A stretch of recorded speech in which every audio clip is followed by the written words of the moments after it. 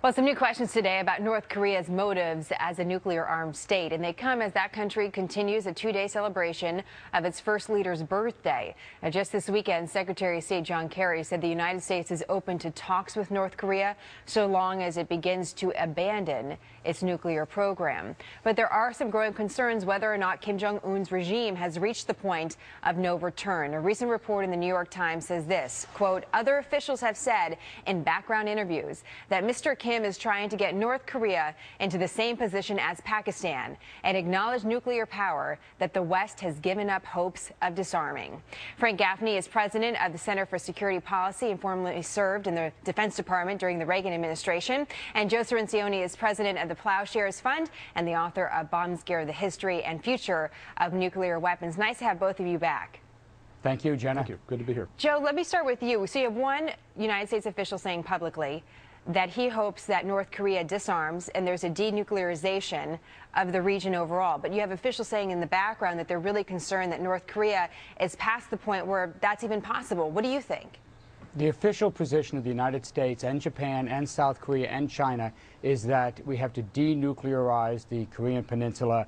North Korea must disarm. But everybody recognizes that's not going to happen anytime soon. Clearly, North Korea wants to win acceptance as a nuclear state. That is not going to happen. The United States is never going to recognize North Korea as a nuclear state. It's not going to reproduce the mistakes we made in Pakistan, where we looked the other way, and now Pakistan has over 100 nuclear weapons. North Korea has somewhere between 6 and 8 nuclear weapons. We are never going to let them get to Pakistan's level. How, Frank, are we not going to let them do that? Well, I don't have a clue. I don't think Joe does either, and I'm afraid that simply insisting that they don't have nuclear weapons isn't a strategy. I mean, I think we all can hope that they will disarm, but it's kind of like this idea that the rest of the world will do so too. It isn't going to happen, and my concern is that hope is not a strategy. We're looking at a world that is far from denuclearizing, with the notable exception of the United States, going in very much the opposite direction. Every country that we have to be concerned about is either getting nuclear weapons or modernizing the ones that they do. And North Korea is simply a case in point. And there's one other place in which I think the parallel to Pakistan is apt. The North Koreans are likely to follow the Pakistani lead in becoming what you might call nukes are us, trying to sell as a sort of cash crop, if you will, their nuclear technology to still other nations that aspire to go down that road as well.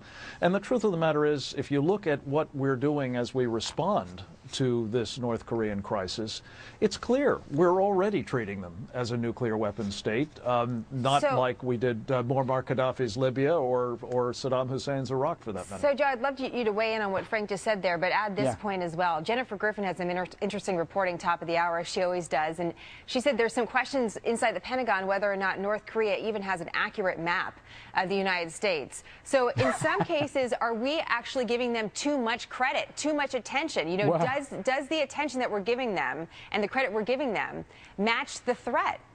Well, that's an excellent point, Jen, and frankly, I think there's been some hyperventilating about the North Korean nuclear threat. They do not have a missile that can reach the United States. They do not have a warhead that can fit on that missile and withstand the re-entry vibrations and pressures. So they're not a direct nuclear threat to us. They do have nuclear weapons. They could smuggle them out in the belly of a cargo ship, but we're in somewhat of a panic about this, and that feeds into the North Korean game plan. So how do you stop them from becoming a nuclear power? We've seen some very effective techniques applied by Republicans and Democratic presidents in the past, including the agreed framework agreement of the 1990s that stopped the plutonium production, stopped North Korea from making a core of a bomb. That agreement lasted 8 years, and it's the reason that North Korea only has 6 to 8 nuclear weapons now and not 100.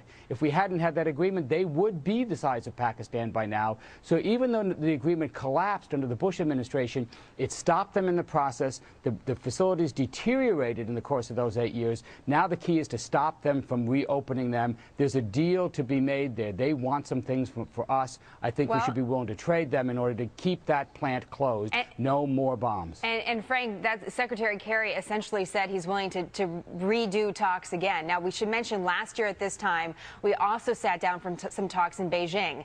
And then a couple months later, that's when the missile tests began. So we have seen a pattern develop. But what do you think about Joe's point that we go back a little further in history, maybe there is a model to follow? Well, look, we can talk to them till we're blue in the face, and we can actually close down some of their facilities at considerable expense, by the way, in terms of political legitimacy and other kinds of concessions. And we have. The trouble is that despite all of that, they have 6 to 8, or God only knows how many nuclear weapons, and they're going to get more, and they're going to put them on missiles. And by the way, there is a satellite that is circling the Earth right now that, if it has a nuclear weapon on board, could be used to deliver a devastating electromagnetic pulse attack against this country. So these are things that we can't ignore or pretend aren't real simply because they don't fit the construct of a world that I know Joe would like to see arrive, of one without nuclear weapons. It isn't so.